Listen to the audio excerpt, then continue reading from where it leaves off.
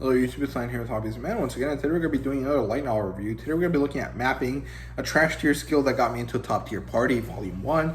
This is written by Udon Kamano and illustrated by Hitomi Shizugi. Now I want to mention that this story seems to be over with in 8 volumes, even though the story didn't actually finish.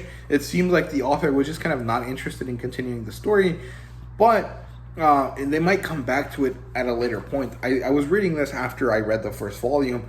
I thought it was interesting. I want to mention it just in case anyone is interested in the story, because I know some people might be turned off about the fact that it's never going to be completed. So there it is. There you go. This is published by J Novel Club. You can only get it digitally at this moment. And the demographic for the manga adaptation is shonen. And the genres here are fantasy and gamelit. It's mostly, it kind of has a lot of isekai-esque kind of stuff to it, because isekai just became like this all-encompassing genre, but this is more of a gamelet story. There's game elements, like skills and determining factors of like what you are based on like these skills and stuff like that. But the game aspect isn't really like the most important part. There's a lot of emphasis on dungeon diving and spelunking and stuff like that, so it is one of those game element kind of dungeon quest kind of stories. It does have an adaptation, which is a manga, and the premise is basically that there's this guy called Note, and he does his skill ceremony at 15, and he gets a shitty skill, which is called mapping. However, it turns out that the skill is actually not as bad as he thinks. The problem is that no one ever figured out the value of it, because the fact that it takes up all 3 of the skill slots means that there's most people that have this skill don't want to use it for the one thing that they're useful for, which is dungeon exploring.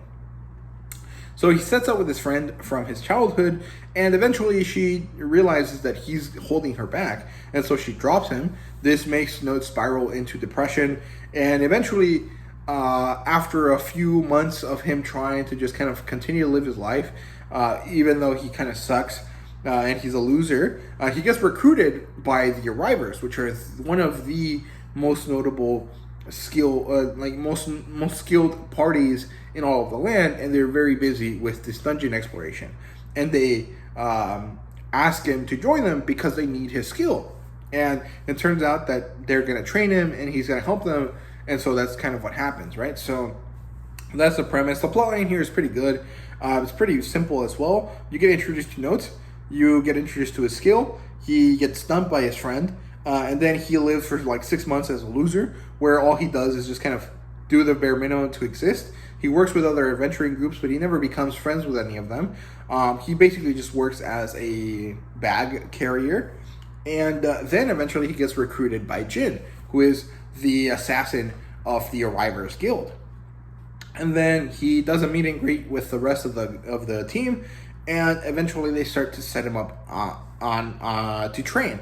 He goes through all of this training, he does a bunch of stupid things, and then eventually the story reaches kind of its end when Force, one of the other members of the Arrivers, declares that he's going to leave the party to go be with this woman called Rosalia. Turns out that this woman is a notorious man-eater, and so she doesn't literally eat men, but she like ruins them, and she uses them for her advantage. And so they cock up this plan to have Note act like he's falling in love with her and then beat her up so that she can leave Force alone. And then hijinks ensue, and it turns out that Rosalia has like problems of her own, and that's why she's a man-eater, and then she kind of falls in love with Note, and the story ends with them prepared to move on to the next part of their training. And it's really funny and it's really ridiculous, but there is kind of a lot of drag in the middle of the story. The training aspect isn't particularly interesting, and the problem is that like there's a lot of other series that do that part of the story a lot better, like Mushoku Tensei, Faraway Paladin. There's a few other ones that are like early like reincarnation stories where the character starts out like he's 5 and he has to learn to be good at something. There's a lot of stories that do that really well, and this one doesn't really manage to get to that level. So the training arc of Notes is kind of boring, and so that makes the story drag a little bit, but it is what it is. It's not that bad. It's a light novel, so even though it drags, it's still way faster than most other novels that you're ever going to read. So there you go. In terms of characters, we have Note, Jin, Eren, Force, and Nimi. who are all members of the Arrivers. So Jin, I don't know what race he is, but I think he's human. He's an assassin. Then there's Erin. She's also a human. She's about Note's age, where everyone else is older. And she is a mage, and she has really powerful magic. Then there's Force. He's also a human, and he is like the group's attacker. He's a brute or something like that, or a swordsman, I think. And he's really badass, but he has this stupid tendency to want to invite girls and to be romantic and get loved, but he's just so bad at it that he sucks, right? And then there's Nimi, who is this 22-year-old character, but she's kind of a small, she's part dwarf. So she kind of looks like a lolly character, but she's like an adult, and it's really funny. The way she works is really cute. I really like Nimi a lot. She's a really funny character. And then there's, of course, Rosalia, who happens to be a paladin or a priestess. I can't remember. She's kind of the same thing as Nimi, but it turns out that was incorrect. So she is what it is. She is what she is supposed to be. I can't remember. And she's an interesting character at the end of the story. And there's a really good dynamic between the Arrivers. So Note is friendly with Jin because Jin is like his boss. And Note and Force are basically buddies in Heartbreak because none of them can get a girl. And then Erin and Note hate each other, even though it's not really hate. It seems to be some sort of like vague sense of connectivity between them that might evolve into romance later on. I'm not sure. And Nimi happens to be like this older sister for Note, but because she looks younger, he treats her like a younger sister, and it's really cute. I like that a lot. Overall, I really enjoy the dynamic of the characters. In terms of world building, we have the skill ceremony stuff, which is good. It happens at 15, and it denotes you being given a skill, and actually you can get more than one because every person has 3 slots where they can get skills, and depending on the skill, it takes up a different amount of slots. So mapping is a bad skill because it doesn't particularly have a powerful output, but it takes up 3 slots, and so that's why it's a bad skill. There's a lot of other skills that give you a lot more power for a lot less skill slots taken up. So that's kind of how it works. And then there's like levels to each skill. So there's minor, normal, advanced, high, legendary, whatever the different skill levels are.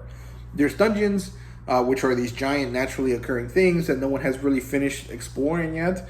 There's dungeon explorers, obviously people that are dedicated to this who also happen to be adventurers.